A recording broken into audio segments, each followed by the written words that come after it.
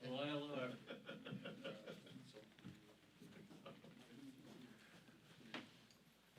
morning, everyone. Today, the House Democratic Caucus met virtually for the 90th time since the beginning of the pandemic.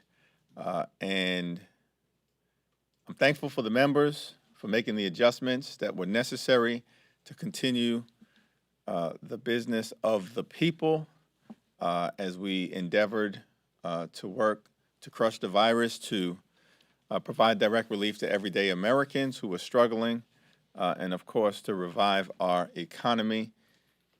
Thankfully, due to the public health guidance and the vastly improving fortunes of the public health environment, both here at the Capitol and most importantly across the country, I was able to announce to members of the caucus that we will have our first in-person hybrid meeting when we return on Tuesday, June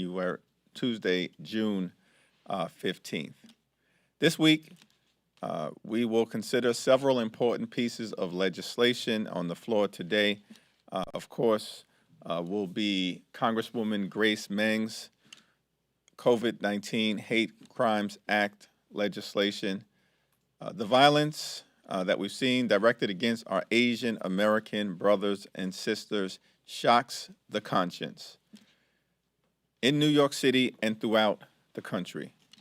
And we must act decisively to stamp out anti-Asian violence whenever and wherever it is found. An attack on any of us, of course, is an attack on all of us. Dr. King made clear injustice anywhere is a threat to justice everywhere.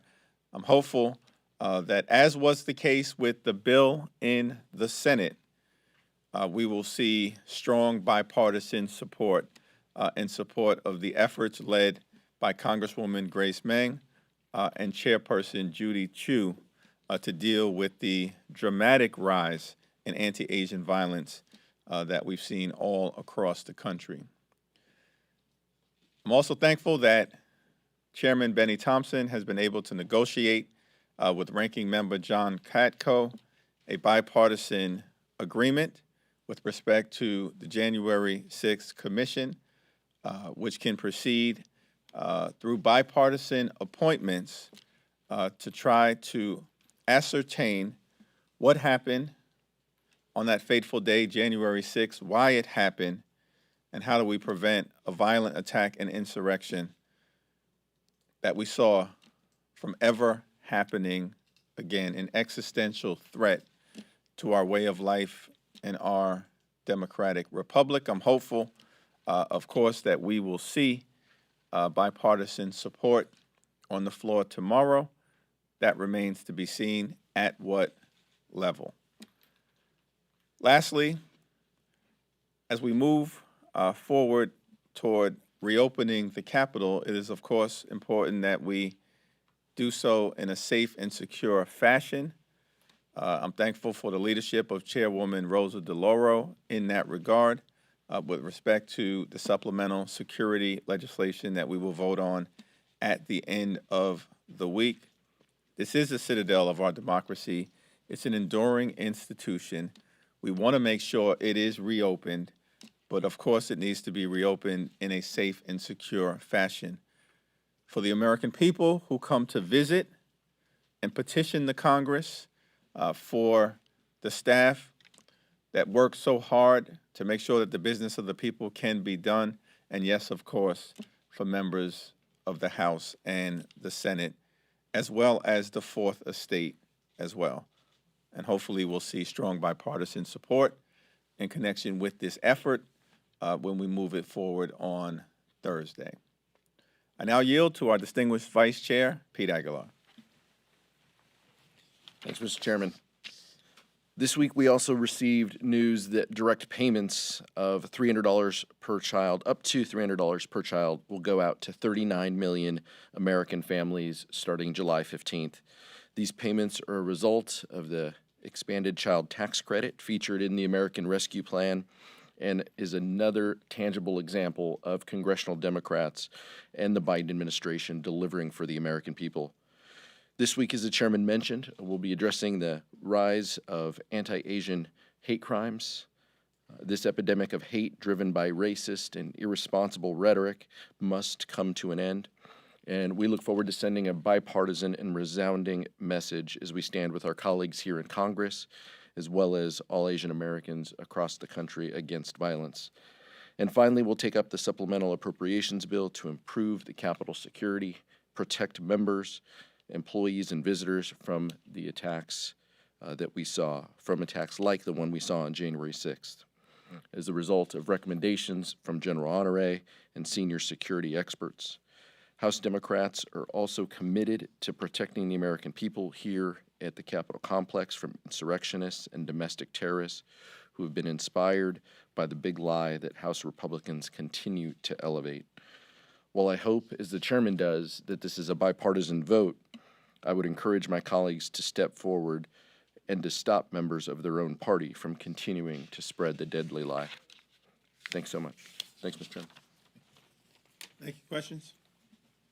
On the commission, I wonder if you could respond generally to Leader McCarthy's opposition to it, but also specifically to the idea that it's duplicative. I mean, what does a commission get you that the honorary review, your various committee reviews, kind of all the other people who are looking into this, what does a commission get you that those things didn't? Well, the honorary review was convened appropriately by the Speaker in the immediate aftermath of the January 6th insurrection to ascertain the on-the-ground security conditions and gaps that existed, and to make a series of recommendations with respect to securing the complex. In terms of the committee reviews, which I expect to continue, those are all limited, of course, to the various jurisdictions of the particular committees. The Intel Committee presumably will look at any intelligence failures. The Judiciary Committee can take a look at the role of the FBI and, on a going forward basis, the prosecution of the insurrectionists. The Homeland Security Committee presumably will take a look at the rise of domestic terrorism and its various manifestations, including toxic white supremacy. But those committee reviews are, of course, limited to their areas of jurisdiction. A bipartisan commission will take a holistic look at the events of January 6th, what led to it, and how do we prevent a violent insurrection and attack on the Capitol from ever happening again.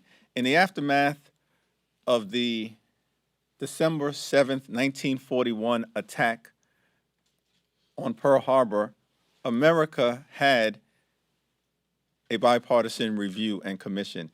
In the aftermath of the September 11th attacks on the World Trade Center and the Pentagon, America had a bipartisan commission. In the aftermath of the January 6th violent insurrection and attack on the citadel of our democracy, it seems reasonable that America should have a bipartisan commission to ascertain the truth and present it to the American people. It's hard to take Kevin McCarthy seriously at this point. It's just hard. He can't take yes for an answer. This is a bipartisan agreement negotiated by Democratic Chairman Benny Thompson and Republican Ranking Member John Katko. They raised several issues in terms of the discussions that have been occurring at the outset as critical ones important to the Republican conference. They raised the issue of makeup, and the original composition had presidential appointments, as has been the case in other instances. But because that appointment or series of appointments would be made by President Joe Biden, they objected. We agreed to make the commission evenly appointed by the legislative leaders. 5 Democratic appointments, 5 Republican appointments.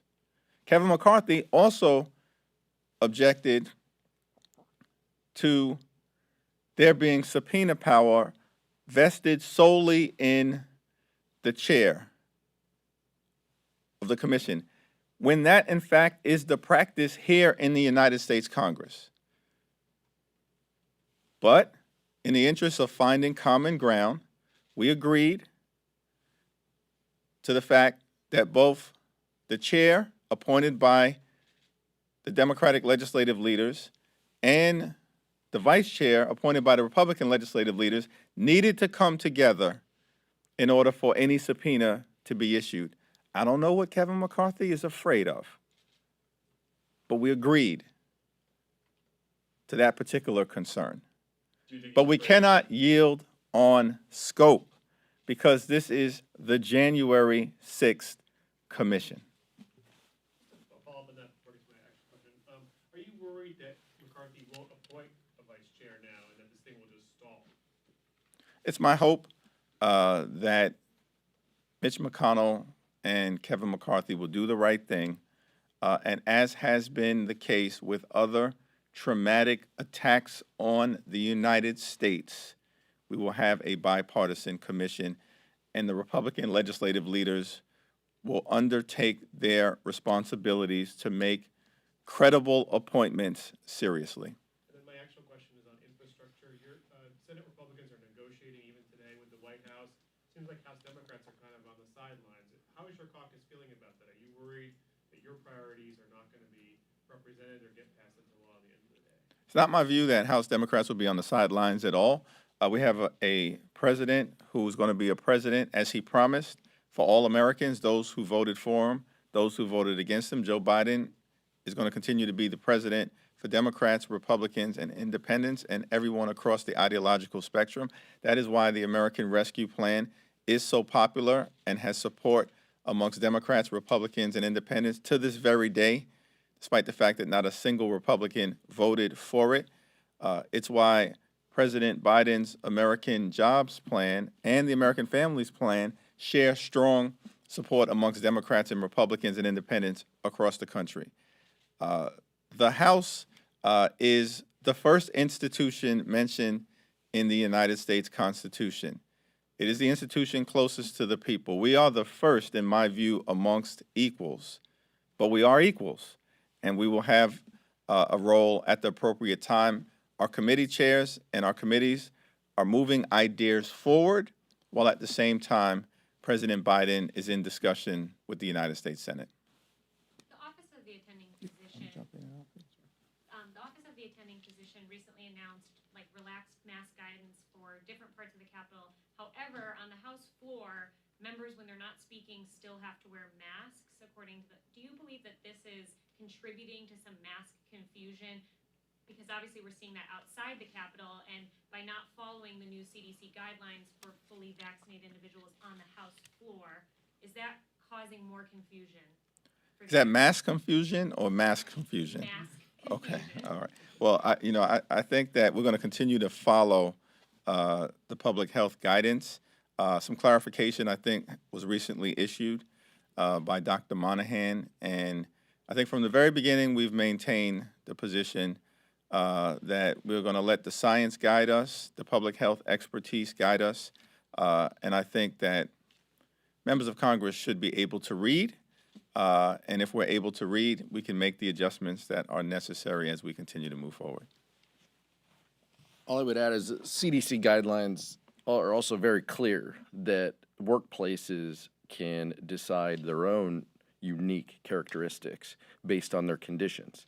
And I think we would agree that the House floor is a unique condition, especially with Republicans admitting that only 75% of their members are vaccinated. So until we receive the guidance, the further guidance from the Office of the Attending Physician on the House floor and within committee, we will be required to wear masks. But we're following the exact CDC guidelines, which says workplaces can be unique and different based on their conditions. We would encourage our colleagues on the other side of the aisle to encourage their members to become vaccinated, and hopefully the conditions outside of this building and within this building will change, and we can follow the Office of Intending Physicians' further guidance, and we look forward to that day. We really do.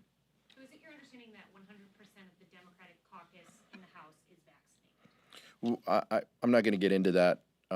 You'd have to talk to the Office of the Attending Physician. What I can tell you is that, we believe that the vaccination, will guide us in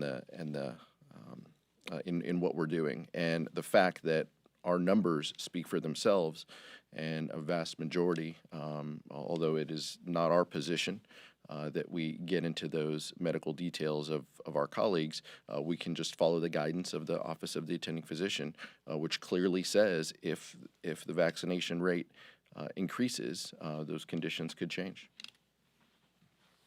And then we'll go back over to In the past week, we saw a number of Republicans, in some ways, rewriting the insurrection, trying to categorize those who came in as tourists. And we also saw Congresswoman Marjorie Taylor Greene go after one of your own colleagues.